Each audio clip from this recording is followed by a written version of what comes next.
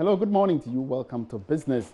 The World Bank is pressing on government to use the 2020 election as an opportunity to utilize the Fiscal Responsibility Council in order not to spend beyond its budget. The World Bank believes this will help the country stay away from the temptation of going back to the International Monetary Fund.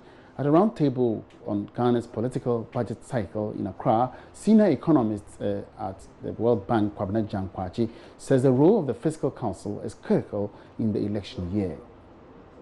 Public spending during elections, which in turn exerts pressure on the economy, remains a major issue of concern to economic stakeholders. The passage of a Fiscal Responsibility Act is therefore believed to be a guiding tool for government to avoid overspending. In a presentation at the workshop on the economy, senior economist at the World Bank, Kwabena Jankwachi, reiterated the need for government to ensure strict adherence to the laws during the election year. With the Fiscal Responsibility Law and the Fiscal Council now in place, the 2020 election provides a unique opportunity to break the jinx on the ever-increasing fiscal election cycles. So going forward, it will be important to leverage the opportunity that the Fiscal Responsibility Law has created and ensure that fiscal responsibility can be maintained across economic and political cycles. But then we also have to take note that more domestic resource mobilization will be key on this effort. Country Director of International Monetary Fund, Dr. Albert Tunamama, is however worried about happenings in the energy sector. Not only the continued losses in the sector from high cost of fuel and power, overcapacity, perhaps because of signing with a lot of independent power producers, too many, oversupply of gas. Sankofa. So these things are pressures that are costing huge amount of money, right? And here we're talking about perhaps it's not comparable to what we had in the banking sector. They can easily be to the tune of $1 billion a year, which is enormous. Ebenezer Sabutis reports for Joy Business. Now, CEO of Gasop Oil Limited, Koyopoku, says given the country's present financial situation, it will be prudent to settle debts owed the IPPs before any decision is taken to do away with some of these power producers.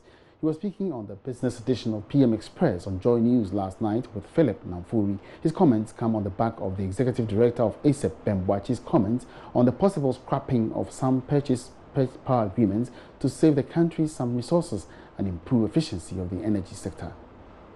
In the long term, there are some companies that we're going to end up paying them maybe $1 billion. But now, if you let them go, you're going to pay penalty. And that penalty, you can pay now, so your net present value of that cost in the long term is better. Because basically they go off your books and you don't have to accumulate that long term. But the Ghana situation that we find ourselves in is that at present time, we don't have money.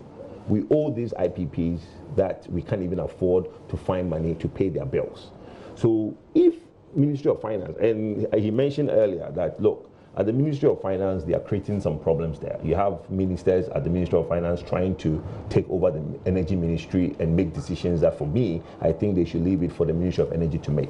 Ministry of Finance are there to work out the financing. If they need technical expertise, they should let the Ministry of Finance people, Ministry of Energy, give them the technical expertise, but they should not stray into the areas where now you have certain times where you have cabinet decisions where Ministry of Finance is holding it back because they are playing finance with it. My point is this: if you have the money, then what Ben's saying makes sense. You have $300 million, you've paid all the indebtedness to the power sector, and you feel that, look, how do I move forward? Let me now let some of them go, find money, pay them $200 million to terminate their agreement. Then in the long term, I save myself $800 million maybe over 4 or 5 years. But if you don't have the money, and you have to now do Lokobibio, then you now have to do baby steps by managing it as it is, because if you ask that guy to go now, you have to pay him $200 million, but you don't have it. Already you owe him maybe $120 million that you can't pay. So how are you going to now tell him to go and give him $200 million? But like I said, it's a catch-22. If as a country we think we have the money, let's first pay the indebtedness to the IPPs. After we've done that, then we can now look at the option of, okay, who can we let go? We have some excess money. Look, I think I can terminate you. In the long term, the benefit is to us.